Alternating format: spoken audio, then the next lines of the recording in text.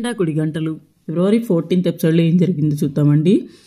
మనోజ్ చేస్తున్న షోరూమ్కి రవి శృతి కారు కొనడానికి వెళ్తారనమాట. ఇంకా ఆ విషయం తెలిసి ప్రభావతి కంగారు పడుతుంది, కానీ మనోజ్ ఎలాగోలా మేనేజ్ చేస్తాడనమాట. ఈరోజు ఎపిసోడ్లో జరగబోయేది. అలాగే మౌనిక ఆఫీస్ మానేసింది అనే విషయం కూడా బాలుకి తెలిసిపోతుంది.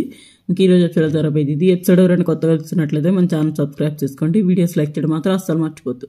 ఇప్పుడైతే ఎపిసోడ్లోకి వెళ్ళిపోతాం.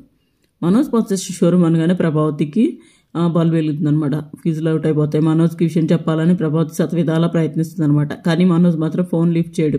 వీడు కొంప కొల్లే చేసేలా ఉన్నాడే అని ఫోన్ల మీద ఫోన్ చేస్తుంది.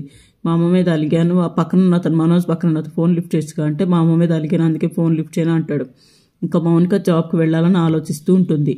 వాళ్ళ అత్తయ్య వచ్చి ఏమైందమ్మా మీ ఇంట్లో వాళ్ళు గుర్తొస్తున్నారో అని అడుగుతుంది. లేదా అత్తయ్య జాబ్కి రమ్మని పిలుస్తున్నారు, పెళ్లికి ముందైతే ఆయన్ని చేసుకోవచ్చు అని అన్నాడు అత్తయ్య, ఇప్పుడైతే మరి ఒప్పుకుంటాడో లేదో అనగానే ఇక సువర్ణ కూడా వాడు ఇప్పుడు ఒప్పుకుంటాడు అంటావా అనేసి అంటుంది అనమాట. అప్పుడే సంజు అక్కడికి వచ్చి ఏంటి మీరిద్దరు ముచ్చట్లు పెట్టుకుంటున్నారు అనగానే సువర్ణ జాబ్కి వెళ్ళాలంటుందిరా.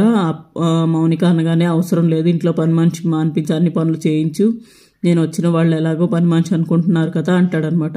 నేను జాబ్ చేస్తానంటే పెళ్లి చూపులకు వచ్చినప్పుడు మీరు చేయొచ్చు అని అన్నారు కదా, మరి ఇప్పుడు ఎందుకు అలా అంటున్నారంటే అప్పుడు నేను ట్రాప్ చేయడానికి నేను ఏదో అలా వాగేశాను, ఇప్పుడు అవసరం లేదు, మొగుడు ఖాళీగా ఉంటే నువ్వు జాబ్ చేయడానికి వెళ్తున్నావు అంటే ఆఫీస్లో నీకు వచ్చిన వాడు ఎవడో ఉన్నాడా అని, నీకు నచ్చిన వాడు ఎవడో ఉన్నాడా అని అనుమాన పడతాడనమాట.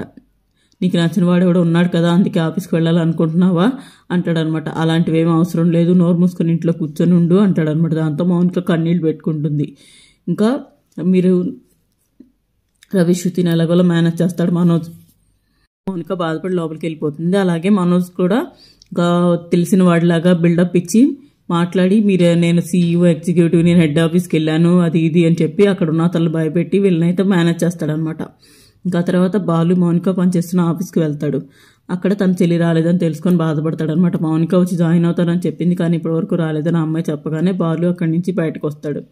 ఇక మౌనిక ఇంట్లో వంట చేసి వడ్డిస్తుంది అనమాట. కానీ సంజు మాత్రం సెటర్లు వేస్తాడు.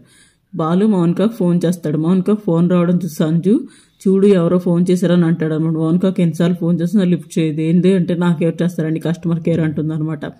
ఫోన్ లిఫ్ట్ చేయకపోవడంతో బాలు టెన్షన్ పడతాడనమాట. ఇంకా సంజు లోపలికి వెళ్ళి పని చూసుకోపో అని పంపివ్వగానే మౌనిక లోపలికి వచ్చి ఫోన్ చూసుకుంటుంది. ఆఫీస్ నుంచి ఫోన్ వచ్చిందని చెప్తుంది అనమాట. అయితే సంజు బాలు మిస్డ్ కాల్ కూడా అప్పుడే వాళ్ళ ఫ్రెండ్ కూడా చేసి మీ అన్నయ్య వచ్చాడు నువ్వు ఆఫీస్కి రాలేదని చెప్తుంది అనమాట. అలా ఎందుకు చెప్పావని ఆ అమ్మాయితో అడ్డుంది అనమాట. ఈసారి ఎవరు వచ్చినా నాకు తెలియదు అని చెప్పు అని చెప్తుంది అనమాట.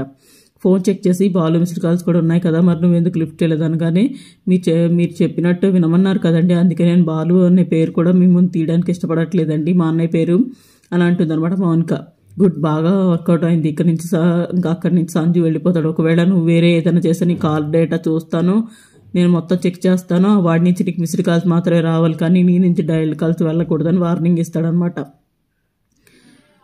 ఇంకా మౌనిక తప్ప తన అన్నాన్ని తలుచుకొని బాధపడుతూ ఉంటుంది. నువ్వు వద్దని ఎంత చెప్పినా కూడా నేనే కావాలని నిన్ను కొట్టి మరీ పెళ్లి చేసుకున్నాను, ఈ రాక్షసుడు నన్ను చాలా ఇబ్బంది పెడుతున్నాడు, ఇది అన్నయ్య పరిస్థితిని కన్నీళ్ళు పెట్టుకుంటుంది అనమాట. ఈ మౌనిక ఫోన్ లిఫ్ట్ చేయట్లేదని ఏదో జరిగింది, ఆ వెధవ మౌనికని ఏదో చేశాడని బాలు టెన్షన్ పడుతూ ఉంటాడు. ఇంటికి వచ్చి బాలు మీనాతో అదే విషయాన్ని చెప్తాడనమాట.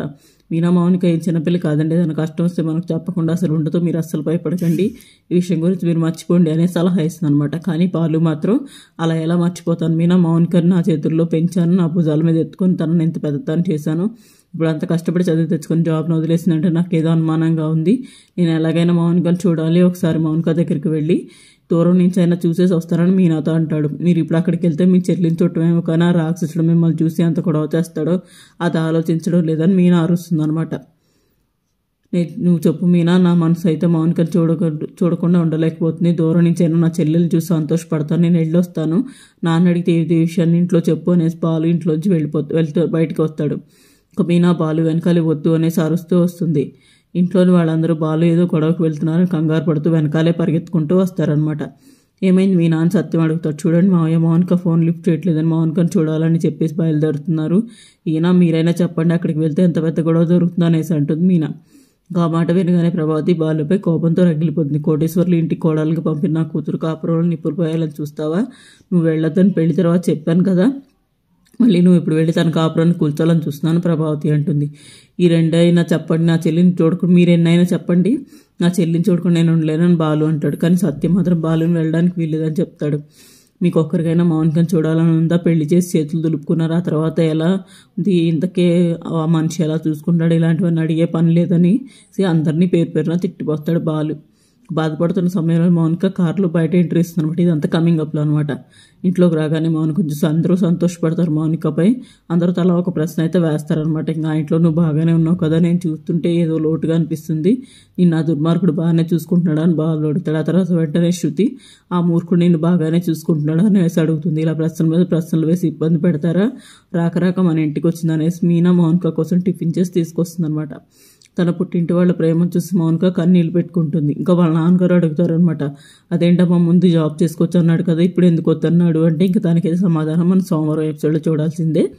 ఇంకా ఈరోజు ఎపిసోడ్ ఇక్కడితో అయిపోయిందండి. ఈ ఎపిసోడ్ మీకు నచ్చినట్లయితే మన ఛానల్ సబ్స్క్రైబ్ చేసుకోండి. వీడియోస్ లైక్ చేయడం మాత్రం అస్సలు మర్చిపోతుంది. Thank you so much for watching.